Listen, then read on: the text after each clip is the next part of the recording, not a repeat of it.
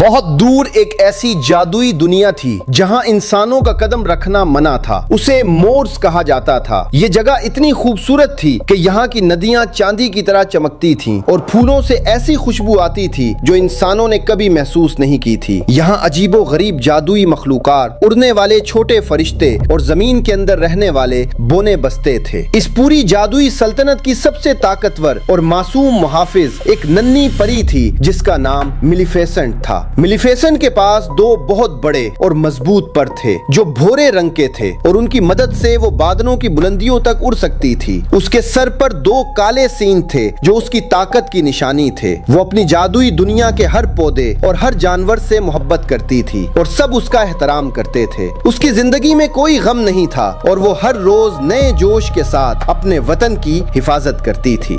ایک دن موج کی سرحد پر ایک شور سنائی دیا۔ پتہ چلا کہ ایک انسانی لڑکا جس کا نام سٹیفن تھا جادوئی سرحد عبور کر کے اندر داخل ہوا ہے اور اس نے وہاں سے ایک قیمتی پتھر چرانے کی کوشش کی ہے۔ جادوئی مخلوقات اسے پکڑ کر میلیفیسنٹ کے پاس لائیں تاکہ اسے سزا دی جا سکے۔ میلیفیسنٹ نے جب اس لڑکے کی آنکھوں میں دیکھا تو اسے وہ برا نہیں لگا۔ سٹیفن ایک یتیم اور غریب لڑکا تھا جس کے پاس پہننے کو اچھے کپڑے بھی نہیں تھے، لیکن اس کے خواب بہت بڑے تھے۔ میلیفیسنٹ نے اسے معاف کر دیا اور اسے سرحد سے باہر چھوڑنے گئی۔ جاتے وقت سٹیفن نے میلیفیسنٹ کا ہاتھ تھامنا چاہا، لیکن جیسے ہی اس کی انگوٹھی میلیفیسنٹ کی جلد سے ٹکرائی، میلیفیسنٹ کو شدید درد ہوا۔ سٹیفن نے بتایا کہ انسانوں کے پاس لوہا ہوتا ہے جو پریوں کے لیے زہر کی طرح ہے۔ اس نے فوراً وہ انگوٹھی پھینک دی تاکہ میلیفیسنٹ کو تکلیف نہ ہو۔ اس چھوٹی سی ہمدردی نے میلیفیسنٹ کے دل میں جگہ بنا لی۔ وقت گزرتا گیا اور ان دونوں کی دوستی گہری ہوتی گئی۔ سٹیفن اکثر سرحد پر میلیفیسنٹ سے ملنے آتا اور وہ دونوں گھنٹوں باتیں کرتے۔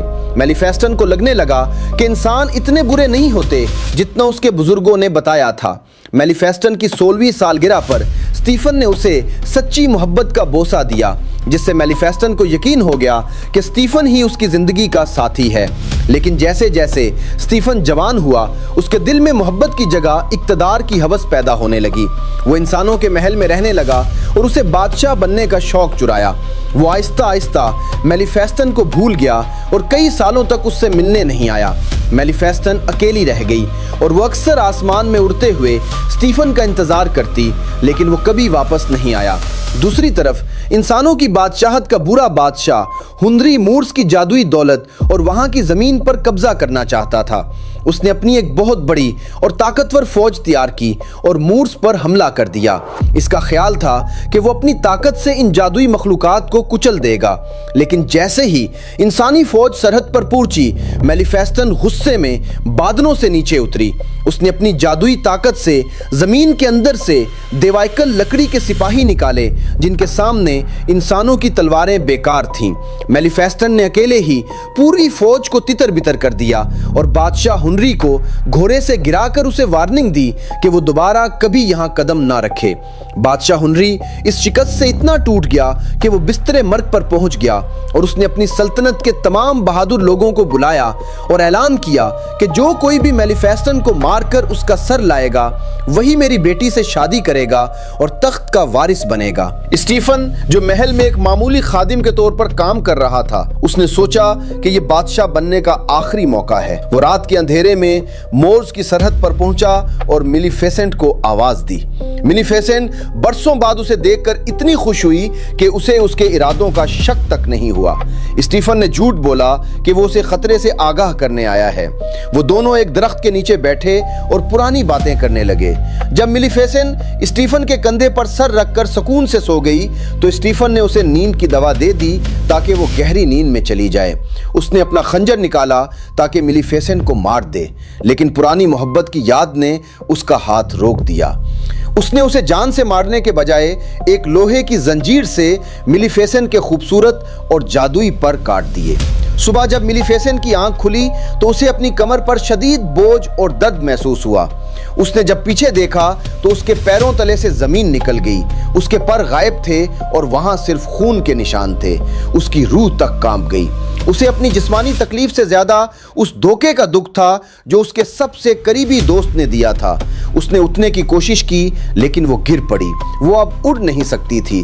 اس کی چیخیں پورے جنگل میں گونجتی رہیں۔ لیکن اسے بچانے والا کوئی نہیں تھا۔ اسی دن سے میلیفیسنٹ کا دل انسانوں کے خلاف نفرت اور انتقام کی آگ سے بھر گیا۔ اس نے جنگل کی لکڑی سے ایک جادوئی چھڑی بنائی اور اس کے جادو کا رنگ سنہری سے بدل کر سبز اور تاریک ہو گیا۔ اس نے ایک زخمی کنویں کو دیکھا جسے شکاری مار رہے تھے۔ اس نے اسے بچایا اور اپنی جادوئی طاقت سے اسے انسان کا روپ دے دیا۔ اس کنویں کا نام ڈیول تھا، جس نے میلیفیسنٹ کا شکریہ ادا کیا اور اس کا خادم بن گیا۔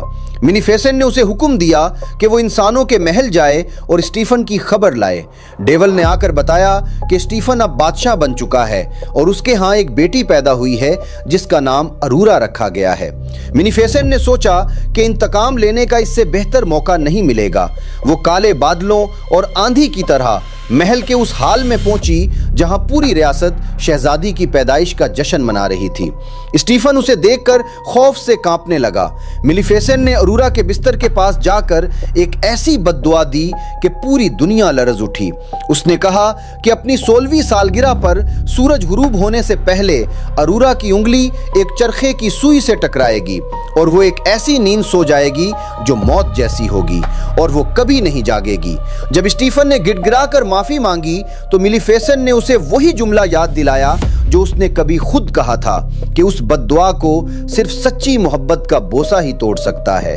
بادشاہ اسٹیفن نے خوف کے مارے ریاست کے تمام چرخے اکٹھے کر کے محل کے تہہ خانے میں جلوا دیے اور شہزادی ارورا کو 3 پریوں کے حوالے کر دیا تاکہ وہ اسے جنگل کی ایک پوشیدہ جھونپڑی میں رکھیں جہاں کوئی اسے ڈھونڈ نہ سکے۔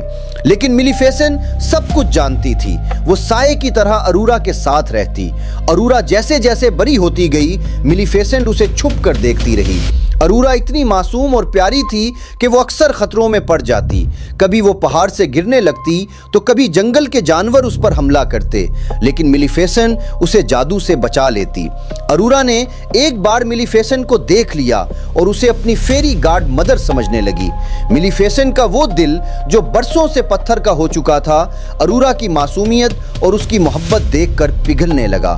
اسے اپنی دی ہوئی بد دعا پر اتنا دکھ ہوا کہ اس نے خود اسے واپس لینے کی کوشش کی، لیکن وہ جادو اتنا مضبوط تھا کہ وہ خود بھی اسے ختم نہ کر سکی۔ جب ارورا 16 سال کی ہوئی تو اسے سچائی کا پتہ چل گیا اور وہ روتی ہوئی محل واپس چلی گئی۔ بد دعا کا جادو اسے کھینچ کر اس تہہ خانے میں لے گیا جہاں ایک پرانا چرخہ جادو سے دوبارہ بن گیا تھا۔ جیسے ہی ارورا نے اسے چھوا وہ بے ہوش ہو کر گر پڑی۔ میلیفیسنٹ شہزادہ فلپ کو لے کر وہاں پہنچی تاکہ وہ اسے بوسہ دے کر جگا سکے، لیکن شہزادے کا بوسہ بیکار گیا کیونکہ ان کی محبت ابھی اتنی گہری نہیں تھی۔ میلیفیسنٹ ارورا کے بستر کے پاس بیٹھ کر زار و قطار رونے لگی اور اس کے ماتھے پر پیار سے بوسہ دیا۔ اسی لمحے ارورا کی آنکھیں کھل گئیں کیونکہ میلیفیسنٹ کی محبت ہی سچی محبت تھی۔ آخر میں بادشاہ اسٹیفن نے میلیفیسنٹ کو مارنے کے لیے لوہے کا جال ڈالا، لیکن ارورا نے میلیفیسنٹ کے کٹے ہوئے پروں کو آزاد کر دیا جو دوبارہ میلیفیسنٹ سے جڑ گئے۔ میلیفیسنٹ نے اپنی پوری طاقت سے اسٹیفن کا مقابلہ کیا